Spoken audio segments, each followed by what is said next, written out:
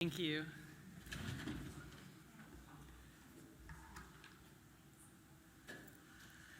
Hello, everyone. So I am going to be speaking about the same project that Gita was just sharing some of the results about. I'm going to speak about our process in building consensus surrounding this project and Inuit uses and needs for this information. And I'm going to start by spending a couple of minutes talking about the Aajiiqatigiingniq Research Framework, and that guided our project at every stage. And this research framework was developed by the WWWIC Society in Arviat, Nunavut with Inuit elders. And Aajiiqatigiingniq is a method that was used by Inuit whenever something important required discussion. And it's rooted in these 4 big Inuit laws that are shown on the screen here of working for the common good, continually planning and preparing for the future, being respectful of all living things, and maintaining harmony. So this information that I'll share about the research framework is on the WWWIC Society website. The resource is there if anyone wants to learn more about it. There are 4 stages of Aajiiqatigiingniq as it relates to research. And the most critical is this first stage that centers around building trusted relationships and shared understanding of the context. So it involves team members and the research participants coming together in an equal and collaborative relationship to meet some common goals or tasks through a collective working relationship. The second stage involves developing a shared understanding of terms and of the context of the research. So this is really when iterative discussions happen that lead to consensus building around the research, identifying the goals and the key issues to be investigated, identifying research participants, and agreeing about the process, the way you're going to move forward. It's also when a lot of information is shared across the community, so there's a collective awareness of the research topic and methods. And that way, every community member, and not just those who are at a meeting or the research participants, can really think the topic through the lens of their own personal experience and their ideas. This also really sets things up for future knowledge and results sharing. So the third stage is the actual data collection or knowledge documentation with informants who then really understand the research and want to engage because they share the goals of the project and have lived experiences they want to contribute. And this really helps to ensure that the information that's collected is really rich and comprehensive. And then the final stage involves the research team members and participants coming together collectively to verify and review and assess the information that's collected. And there's a real commitment as part of this process to share the information back to the community and make specific commitments to actions and next steps. So I'll move on to how we were guided by the Aajiiqatigiingniq research while we were conducting this survey and developing it. The first thing we did was engage in a collaborative and iterative survey design process that involved contributions from the proposal team members, the local research coordinators, and also a number of external reviewers. And through that process, it became very clear that for the project to be successful, it was really vital to develop relevant and respectful questions, to consider format and who to invite, and to support community research capacity. And this collaborative survey development really led to survey questions and wording and options that were more clear and relevant and accessible for the respondents across the communities in Nunavut. And it's going to lead to more meaningful and impactful results for scientists, for Northerners, and for policymakers. So as I mentioned, a key component of the project was supporting local capacity. And we're working with elder mentors and local research coordinators who have a lot of research experience in each community. WWWIC Society, which I mentioned earlier, has a leadership role, and they applied for and administered the funding to do all of the training. We're really learning from each other across communities and regions and learning new skills and technology, sharing skills and strengths, and taking really a coordinated approach to locally led research. And we're working with local capacity and helping to enhance it by bringing people together to support and learn from each other investing meaningfully and aiming to support community leadership and research over the long term. And I think you can see these pictures that we also managed to have a lot of fun together while we were doing it.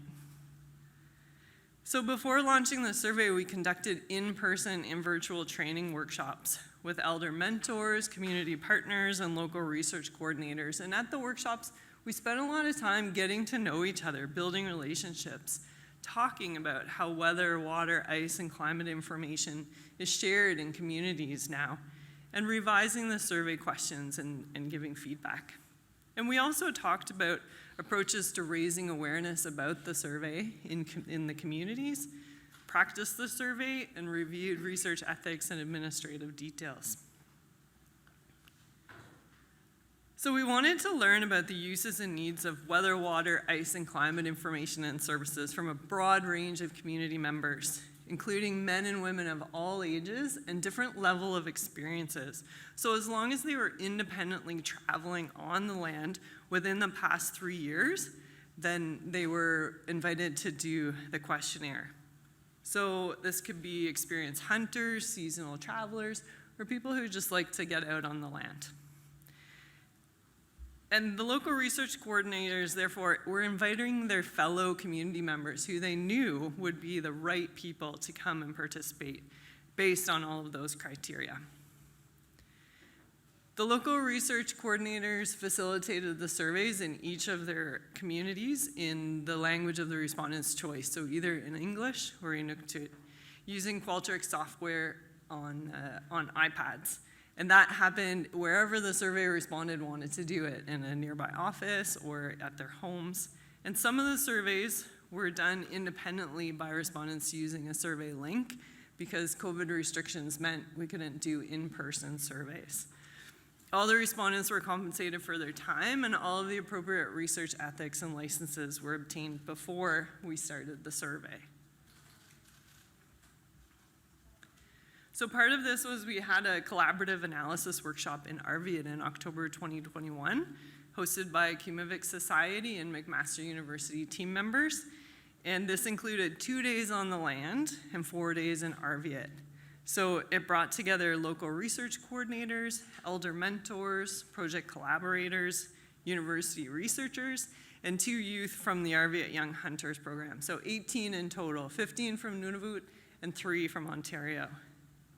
And we started our time together on the land with at a weekend out on the land in Aajiiqatigiingniq to reconnect, and with some of the local research coordinators and team members meeting at the first time.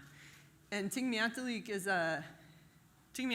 is a destination for fishing and hunting that's a few hours drive by all-terrain vehicle or truck outside Arviat.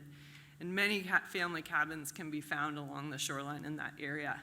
So the time was spent building relationships, caribou hunting, cooking fish with moss, talking about research experience, learning about Inuit Aajiiqatigiingniq principles, and sharing stories and meals. And for many team members, this was the highlight of their visit.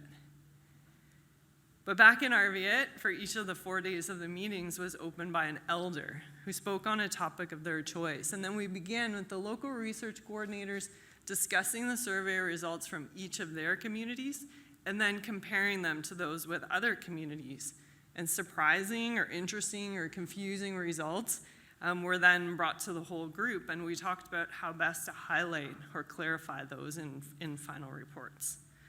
And we also had important discussions about participant recruitment, improving the hook to get people interested, which is letting potential respondents know the survey results will lead to safer travel for young people. And we talked about survey translation, payments for respondents, a number of things that we're just troubleshooting to go forward with next steps. Then later in the week, the local research coordinators and young hunters identified and ranked some key messages to share with service providers, and Gita spoke to you about those a couple of minutes ago. They developed those first in small groups and in a plenary discussion where they all shared their ideas, and then they voted and prioritized them. And then finally, they made recorded videos that they developed about their 8 key messages. Given the important role that the local research coordinators played in the success of this project, it was really important to evaluate the process and understand their experiences. So McMaster University master student Alexandra Oakes, and she's shown here in a couple of the pictures, has been leading this evaluation.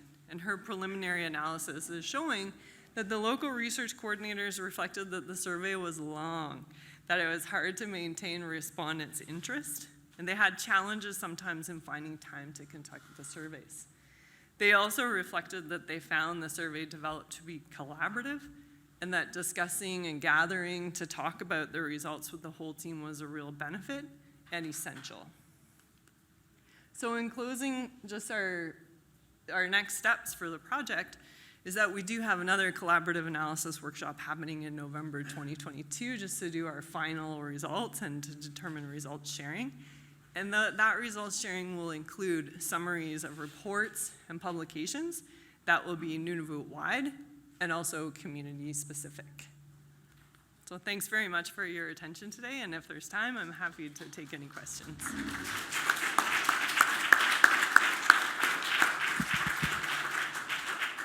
Yes, thank you very much, Natalie. And indeed, we have time for a couple of questions. Great. Anybody?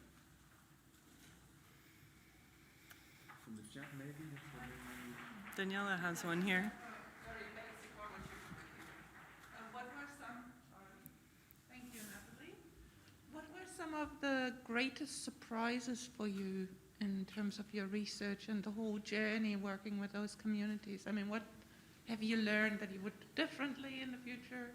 And what would you definitely do the same way? That's a great question. Yeah, definitely the amount of time and funding that has allowed that time to really build the relationships and to get to know each other all as team members was definitely a huge factor of success. Given that we had those relationships already developed and knew each other, and then when the pandemic hit, except for when people couldn't do the surveys or go out, the research could continue at a slower pace, it was, but that really made it possible for us to be able to continue working because the capacity and the experts were in the communities doing it. And, you know, I was supporting and that sort of thing, but people could still make that work happen. So that was a fantastic outcome for sure. Yes.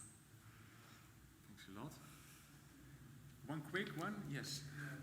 You indicated that one of the way to have success in the survey is invite the right participants. What means right?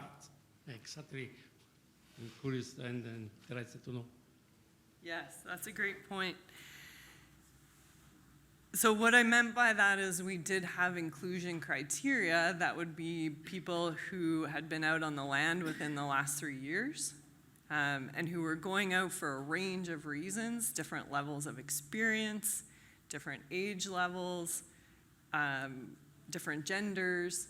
And because the local research coordinators know who their fellow community members are, they're able to ensure that we talk to a real range of people, the right people, to get the full picture of how the information's being used and what the needs are.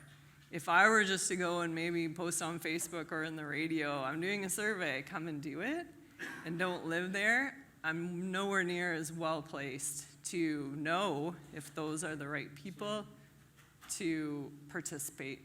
You develop guidelines that the local researcher apply in selecting the people. Yes, okay. We developed ideas with them of who they could also speak to in the community to get ideas of who to talk to. For instance, different hunters and trappers organizations. Part of the survey question was to say, is there anyone else you think we should talk to? And then one of the things that I would do is do some preliminary results, and I could look at which ages maybe there's a gap, or we'd like to talk to a few more men of a certain age or women, or that go out for certain reasons. And I could get in touch with them, and then they could go on and kind of see, oh, who might also fit in that we could speak to.